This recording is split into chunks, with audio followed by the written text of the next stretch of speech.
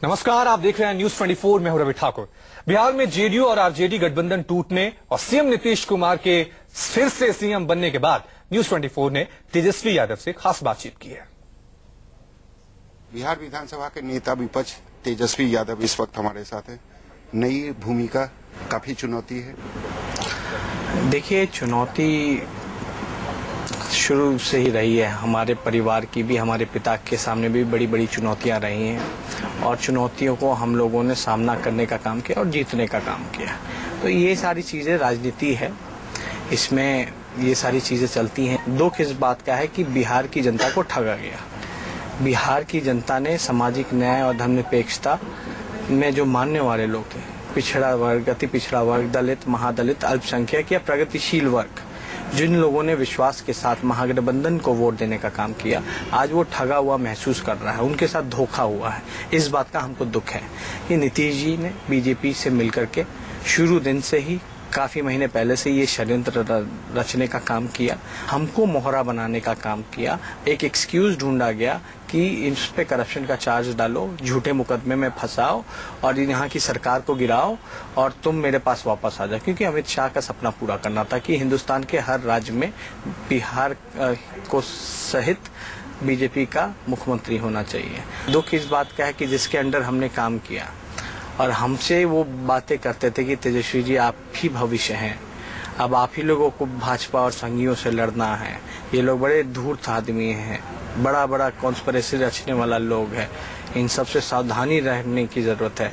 दुख इस बात का कि आज वो खुद संघी हो गए। मतलब आप जिनको गुरु माने, चाचा माने, उन्होंने ही विश्वासघात किया। नहीं तो ये मेरे साथ करते तो हम पचा लेते, लेकिन इन्होंने पूरी बिहार की जनता के साथ करने का काम किया है, पूरे बिहार की जनता को धोखा देने का काम किया है। एक नौजवानों की उम्मीदों को इन्होंने ठेस पहुंचाने का काम किया है। हमारे जैसे कई ऐसे नौजवान होंगे जो राजनीति में आना चाहते होंगे, आज जो देख रहे होंगे एक नौजवान के साथ क्या हो रहा है, आज उनको क्या बीत रही होगी, ये सोचने की जरूरत है। नीतीश कुमार का प्रदेश है, 7% यहाँ युवा रहते हैं, तो इन्होंने जो धोखा दिया है, बिहार का युवा और तमाम लोग मिलकर के इनको मजा चखाने का काम करेंगे आने वाले चुनाव में। प्लानिंग और स्क्रिप्ट पहले लिखी जा रही थी, जिस तरीके से राहुल गांधी ने भी कहा कि हमें 3-4 महीने पहले ही इल्म हो गया। में आजकल एक सिस्टम चला कि पहले भूमिका बनाओ कुछ करने से पहले, और नीतीश कुमार जी बड़े माहिर खिलाड़ी हैं इसमें। अच्छे से बीजेपी के साथ भूमिका बनाएगी, एक वेल प्लान्ड ऑर्गेनाइज करके कि इनको करप्शन से जोड़ो, इसको फंसाओ। शुरू में हमारे पिता को फंसाया, अभी हमको फंसा रहे हैं और कोई बड़ी बात नहीं होगी। हम लोग डरने वाले नहीं, झुकने वाले नहीं है। आज हम पे एक मुकदमा हुआ, हम जीत भी ले ये मुकदमा तो आने वाले वर्षों में और मुकदमा ये करते रहेंगे, हमें सताने के लिए, हमारी आवाज को बंद करने के लिए। लेकिन हम लोग चुप बैठने वालों में से नहीं। गलती हुई पहचानने में नीतीश कुमार को? देखिए, उसमें गलती पहचान और ना पहचानने की नहीं थी।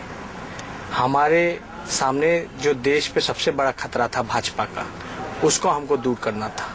और जिस प्रकार से नीतीश कुमार जी भाजपा को छोड़ करके आए थे, हमारे पास आए थे, लालू जी के पास आए थे, वो खुद आए थे कि थोड़ा सहयोग कीजिए, अब कैसे चलेगा, जो भी बातें हैं, तो हम लोगों ने कहा कि भाजपा हमारे को रोकने के लिए हमारी पहली प्रायोरिटी है।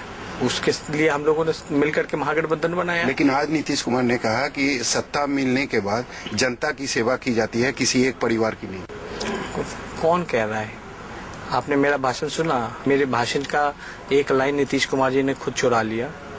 हम पहली बार जब सदन में बोले थे तो हमने ये बोला था कि भोग लगाने के लिए हम लोग नहीं आए, सेवा करने के लिए आए। जीरो टॉलरेंस की नीति हमने पहली बार जब ऑफिस ज्वाइन किया था तब हमने कहा था कि करप्शन पे हमारा जीरो टॉलरेंस होगा। तमाम सरकारी जितने भी आपकी मीटिंग्स वगैरह होती थी, उसमें सब जगह स्पष्ट रूप से बिहार की विकास को लेकर के हम लोग बातें किया करते थे, कैसे आगे ले जाना है, एक पॉजिटिव वे में लेकर जाना है। लेकिन अगर FIR है, अगर हमको झूठा केस में फंसाया गया, हमको बदनाम किया जा रहा है, तो आप देख लीजिए कहाँ तक न्याय है। हमने तो इसलिए नीतीश जी को बोला, आप तो आप सेंट्रल में भी हैं, स्टेट में भी आप बना लीजिए कि जिस पे FIR होगा कोई भी संवैधानिक पद पे नहीं होगा। ना कोई इस्तीफा मांगेगा, ना कोई देगा। ये सोच के डर लगता है कि और भी मुकदमे ना, जिस बात के लिए उन्होंने इस्तीफा दिया और उनपे आरोप लगा, मुकदमा चल रहा है, कोर्ट में चल रहा है, तो वो किस मुंह से CM बन गए?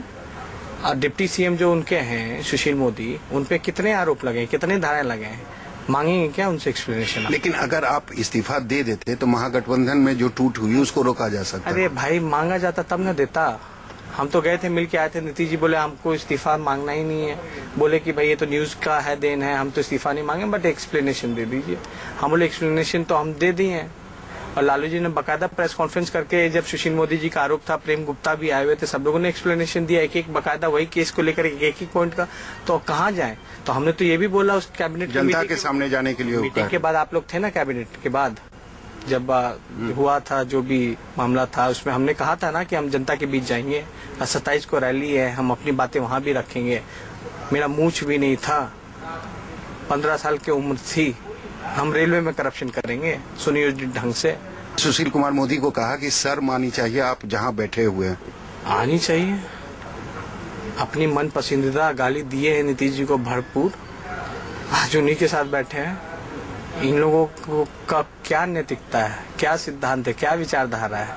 खाली कुर्सी प्यारी है, सिर्फ सत्ता में बने रहना है। तो हे राम से जय श्री राम में पहुंच गए। देखिए, हे राम, क्योंकि गांधी जी का सत्याग्रह, चंपारण सत्याग्रह का शताब्दी वर्ष है। और देख लीजिए, माननीय मुख्यमंत्री जी ने यहाँ ज्ञान भवन में पूरे गांधीवादियों को बुलाया था, क्या क्या भाषण में कहा था वो किसी से छुपा नहीं है, याद दिलाने की जरूरत नहीं है। आप सब लोग वहाँ मौजूद थे, आप लोगों ने भी सुनने का काम किया था। और गांधीवादी होते होते किस प्रकार से गॉडसे के वंशजों से, जो गांधी के हत्यारे थे, नाथूराम के लोगों से किस तरह से गले मिलने का इन लोगों ने काम किया। तो ये तो देख रहे हैं ना कि दोहरी नीति है, इनको विचारधारा और नैतिकता से लेना नहीं है। सबसे बड़े अवसरवादी हैं ये। तेजस्वी खुद को निर्दोष साबित कर पाएंगे और फिर से जाकर जनता के बीच उनका विश्वास है, जनता हमारे साथ है। और ये केंद्र सरकार कितने भी प्रयास में लग जाए कि जो भी इनके खिलाफ बोलने वाला है उनको डराया जाए, धमकाया जाए, इसी रणनीति में लगे हुए हैं। हम लोग डरने वाले नहीं है। जिस विचारधारा और जिस सिद्धांत के साथ हमारे पिता ने लड़ाई लड़ी, उस लड़ाई को, धर्मनिरपेक्षता की लड़ाई को, सामाजिक न्याय की लड़ाई को हम लोग लड़ने का काम करेंगे। जनता का विश्वास जीतेंगे दोबारा? क्यों नहीं जीतेंगे? जनता हमारे साथ है। तो नीतीश जी को तो सोचना पड़ रहा ना, अगर बीजेपी के साथ जाने की क्यों जरूरत पड़ गई नीतीश जी को? क्योंकि अपने पर कॉन्फिडेंस नहीं था। रैली में जवाब दिया जाएगा। रैली में तो सब लोग आएंगे, ऑपोजिशन के और भी जितने बड़े नेता हैं नेशनली, उनको भी बुलाया जाएगा। और तो यहाँ तो बहुत बड़ी रैली होने जा रही है, हिंदुस्तान की नजर इस पे रहेगी और सारी बातें यहाँ रखी जाएगी। तो आपने सुना कि तेजस्वी यादव का साफ कहना है कि हम खुद को निर्दोष साबित कर एक बार फिर से बिहार की जनता का विश्वास जरूर जीतेंगे। तेजस्वी यादव अपना दर्द दिल बयान कर रहे थे और कह रहे हैं कि नीतीश को जवाब दिया जाएगा, करारा जवाब दिया जाएगा। न्यूज़